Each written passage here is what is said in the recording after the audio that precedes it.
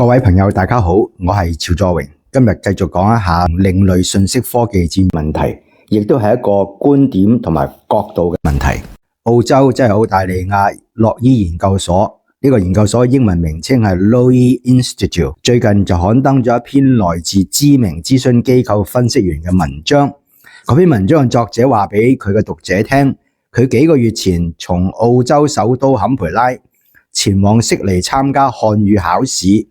當時佢心入邊想，考場入邊應該有不少考生嘅。然而出乎佢意料之外，當日佢去到考場，原來整個考場只有佢一個人去考試。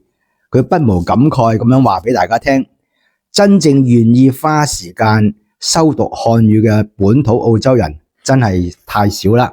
佢喺自己嘅文章中強調，本土澳洲人點解要學漢語呢？即使澳洲有不少來自中國大陸同埋台灣地區嘅華裔澳洲人，佢哋嘅普通話即係國語非常流利，但係澳洲基於國家安全嘅理由，呢啲華裔澳洲人未必適合某一啲崗位。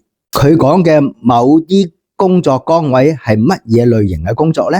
雖然佢冇直接咁話俾大家聽，但係喺佢嘅文章中引述另一位澳洲外交界嘅中國通，以下我簡稱係中國通。呢個中國通喺2022年就出版咗一篇大作。我講佢嘅大作係並不為過，真係好偉大嘅傑作啊！原因係呢一位中國通將中國官方曾經公開嘅文部分開4個層面嚟比較一下中文原文同英文翻譯嘅差異。呢位中國通話俾大家聽，呢啲差異其實係可以避免嘅。好啦，中國政府點解要咁樣做呢？呢個中國通就冇進一步咁樣話俾大家聽。我個人就認為呢個先至係中國通高明嘅地方。嗱，高明係我括住佢嘅呢兩個字，點解要括住佢呢？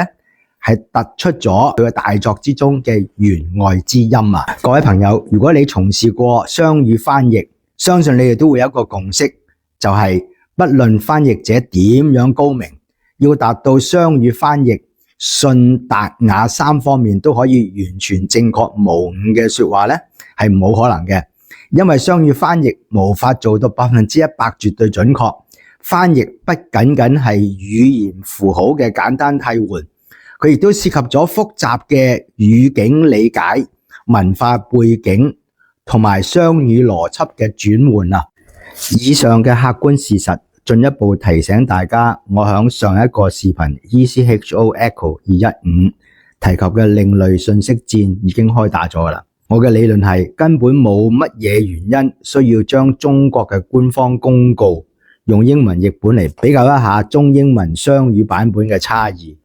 原因非常簡單，因為漢語本來就係中國官方法定語文。試想一下，我哋是否需要將澳洲政府嘅英文官方公告同樣用澳洲政府提供嘅中文翻譯嚟比較一下兩個版本，即係英文同中文兩個版本嘅差異呢？話說回來，從呢一位中國通嘅大作字裏行間，佢提醒公眾呢個係中國政府刻意為之，故意令到中英文版本係有差異嘅。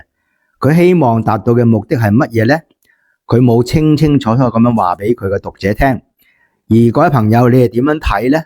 亦都係見仁見智嘅一種態度。我會喺呢個視頻嘅說明欄入邊附上呢兩位相信係漢學家嘅文章俾大家去參考。問題就係澳洲政府嘅英文公告提供嘅中文翻譯，以至任何國家不管佢哋用佢自己本國嘅官方語文提供嘅公告，是否係需要用另外一個版本嚟比較一下兩個語文嘅差異呢？我相信是非自有公論，而呢個世界俾大家睇到嘅應該係一個公平公正，是非係應該分得清清楚楚嘅。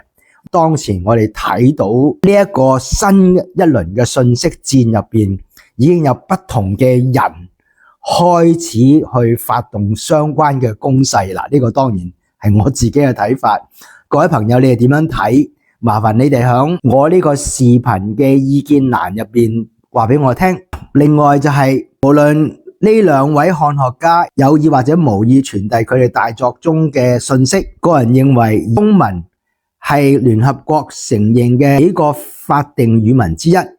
中國官方嘅公告係用中文嘅，同澳洲官方公告用英文都係恰如其分嘅。持守各自國家嘅主權，英文即係 sovereignty， 譯文只係給予不懂官方語文嘅朋友提供一個方便，稍有常識從事國際關係嘅專業人士，包括新聞記者都會知道，絕對係一個國際嘅共識，亦都係一個好基本嘅常識。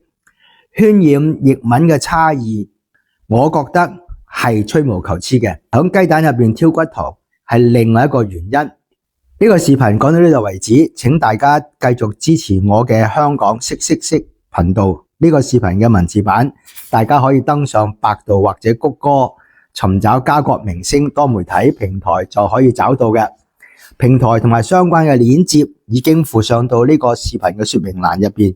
如果大家喜歡呢個視頻，請大家點讚、廣傳、訂閱，多謝大家。